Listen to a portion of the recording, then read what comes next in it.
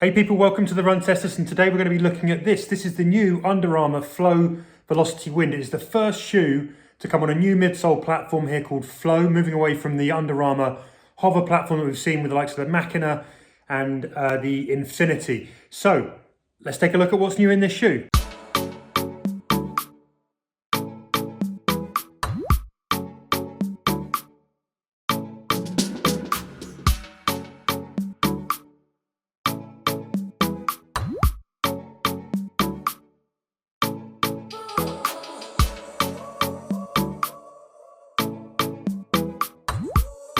So first up, let's look at the uppers. What you've got here is what Under Armour is calling warp technology, and it's a zonal structured upper. What do they mean by that? Well, essentially they're just putting more of the kind of mesh and these tapes in places where they feel you're going to need the most support, leaving less of that material and upper construction to save weight elsewhere. So what you're getting, as you can see, are these kind of tapes that fly across and down, and those are supposed to do things like hold your foot in place better when the heel strikes as you roll through and then when in toe off. So you've got sort of structure that goes across and down to support in different places at different times in every step. The collars are nicely padded at the back. That's a real sort of comfort point there into the kind of the heel.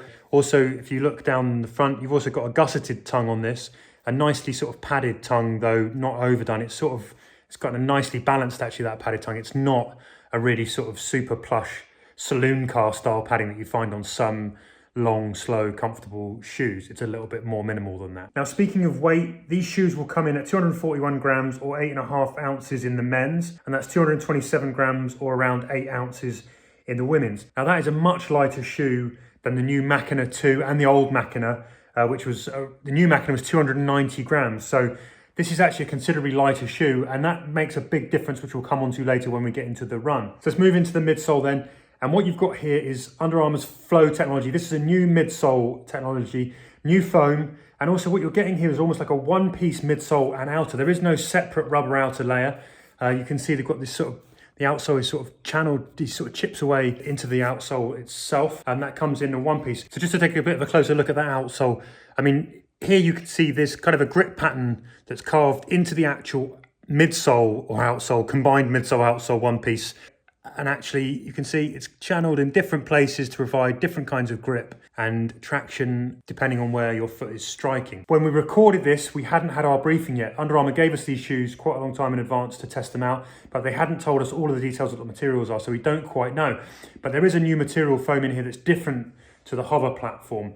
And again, we'll talk about how that performs differently in the run in a second. So what you're getting here is an 8mm drop. You're getting 26 in the back and 18 mils in the front. So that's quite, an 8mm drop is quite a nice drop to run in. There's also a 4mm EVA sock liner.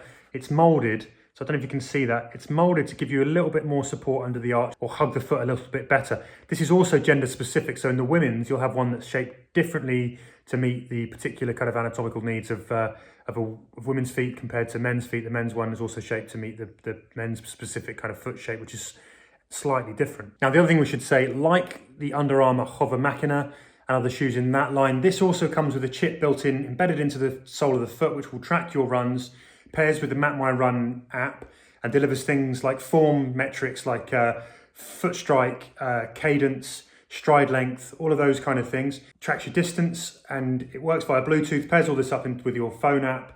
And also then with some of those metrics will deliver real-time coaching as you run to help you build on your form and improve things that that you could work on. Cadence is a really important one for that. And actually, out of all of those things that you can work on with a coach, and cadence is a really nice one to work on with these shoes. So connected and smart, like pretty much every other Under Armour running shoe is going to be in the future. And finally, you've got that all-important price. The Flow Velociti Wind will set you back £140 in the UK and $150 in the US.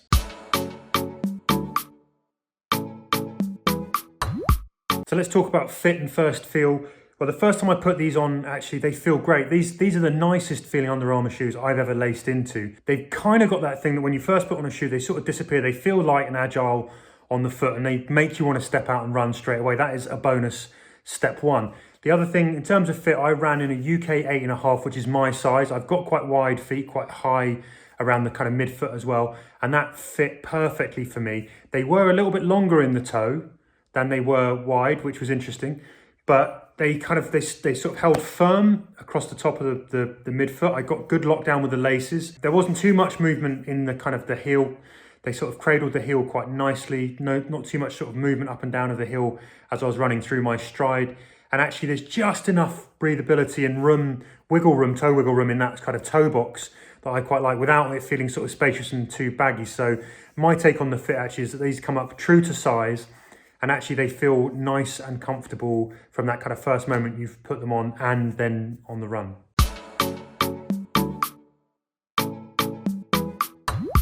On to the really important bit then. How did they run? How have we found these in testing? Now, I have put in about 60 miles in these shoes and they have been a real surprise to me.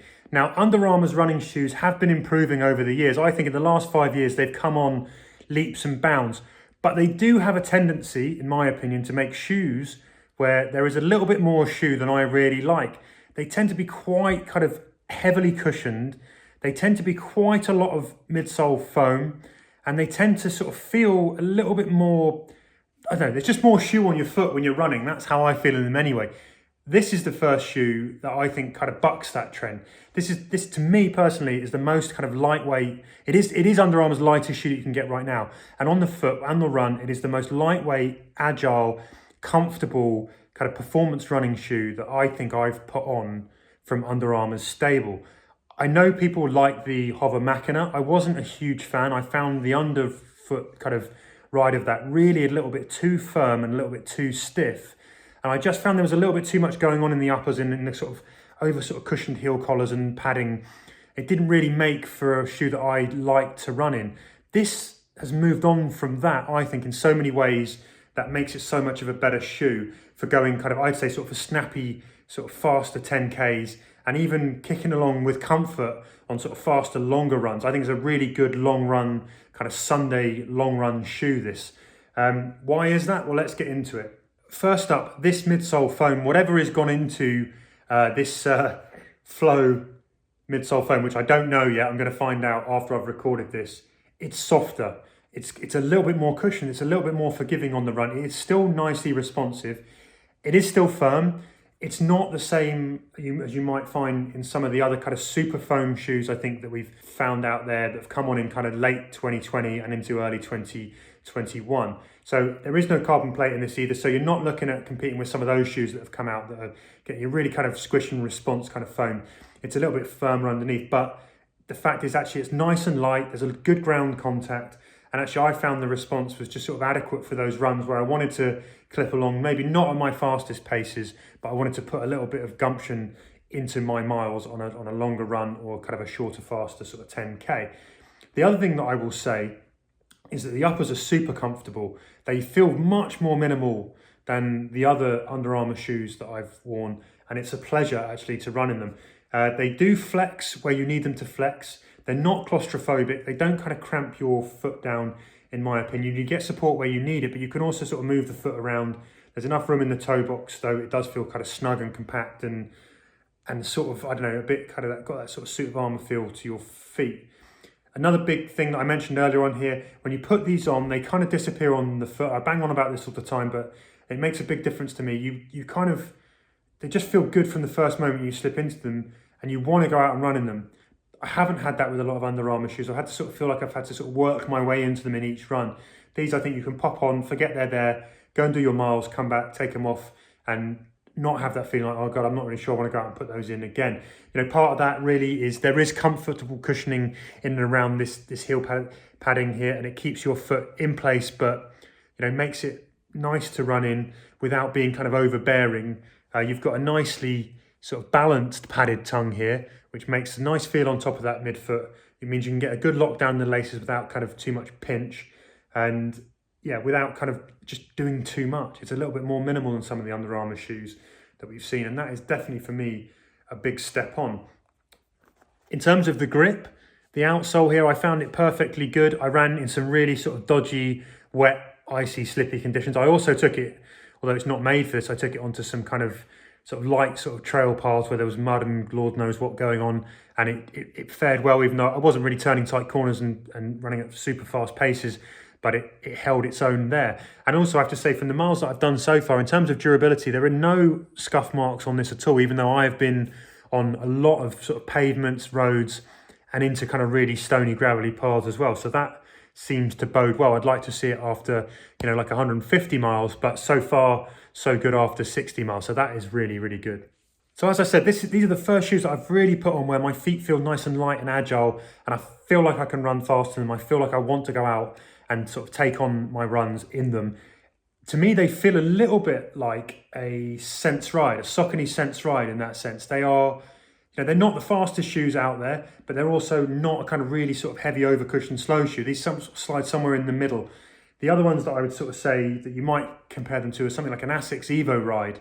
So again, you've got a lightweight sort of performance shoe, but it has a bit of cushioning and a bit of comfort and a bit of support and a bit of protection for you in just the right kind of places. So I'd put them in that kind of bracket.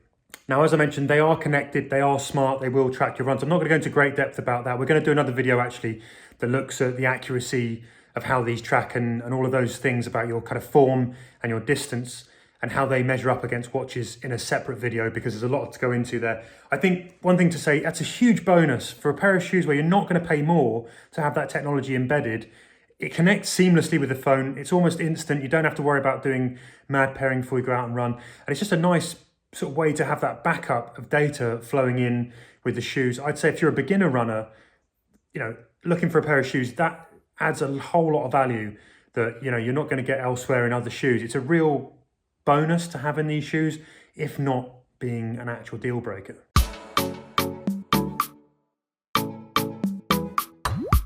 My verdict then on the Under Armour Flow Velociti Wind, I think these are a great shoe. I was really impressed with them. They're nice and light, they're nice and agile. I think they're really nimble underfoot. They're a kind of shoe that when I go out and I want to do a long Sunday run, I'm happy to lace into.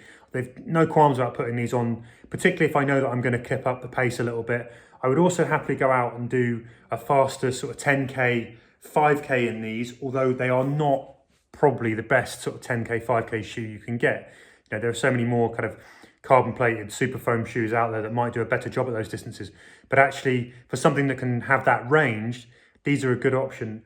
I think we finally got a shoe here that Under Armour has made that is out there to compete with other good shoes. Now, the difficulty that Under Armour faces with these shoes is that actually there are many, many shoes that are better shoes than these, no doubt about it. And things have moved on. And Under Armour does tend to play, I think, a little bit of catch up here in terms of what it offers. But this to me is like the first genuine, really nice running shoe that I will look forward to running in. I didn't find that with the Machina. I'm a big fan of the onboard tech that kind of tracks your runs. I think that's something that Under Armour has got ahead of everyone else, and I kind of love it.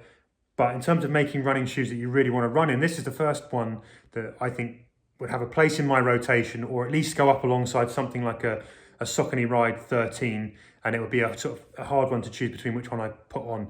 So I've been really impressed. I think they run light, they feel nice on the foot. I think they're responsive enough. They have a decent amount of ground contact. They are firmer. If you like a squidgy shoe, maybe these aren't on the softer side. They are sort of slightly on the firmer side. Good grip, nice cushioning. I think an all-round package here. Under Armour have made a very, very good competitive shoe that will slip somewhere or slot somewhere into the kind of the middle of shoes. If you're sort of thinking in terms of a league table, it'd be just at the top of the middle, I think is where I'd put them. Should you buy something else? There are other options. As I said, I think the Saucony Ride 13 would be in there as a possible with this.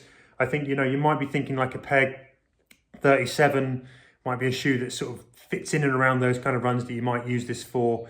And also, I think, the Asics Evo Ride might be an interesting one. It might also fit somewhere alongside a HOVR Rincon 2, sort of a good general all-rounder. But I think my verdict is good shoe. I think they're good value for the money for £140.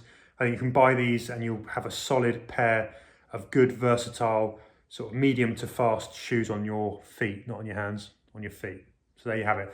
That's my verdict on the Under Armour Velociti Wind Flow Velociti Wind Under Armour. How many names? Give us some more names, guys. Somewhere in that order, that's what they're called. Velociti Flow Wind.